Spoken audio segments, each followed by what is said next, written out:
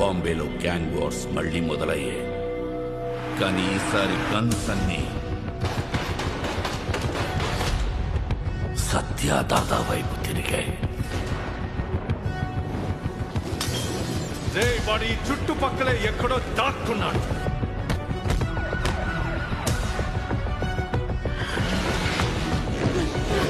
దాదా వరకు వెళ్లారంటే పరిస్థితి చేజారిపోతున్నట్టుంది.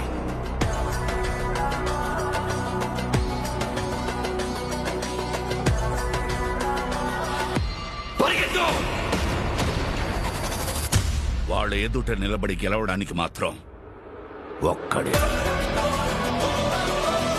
ఎవరు?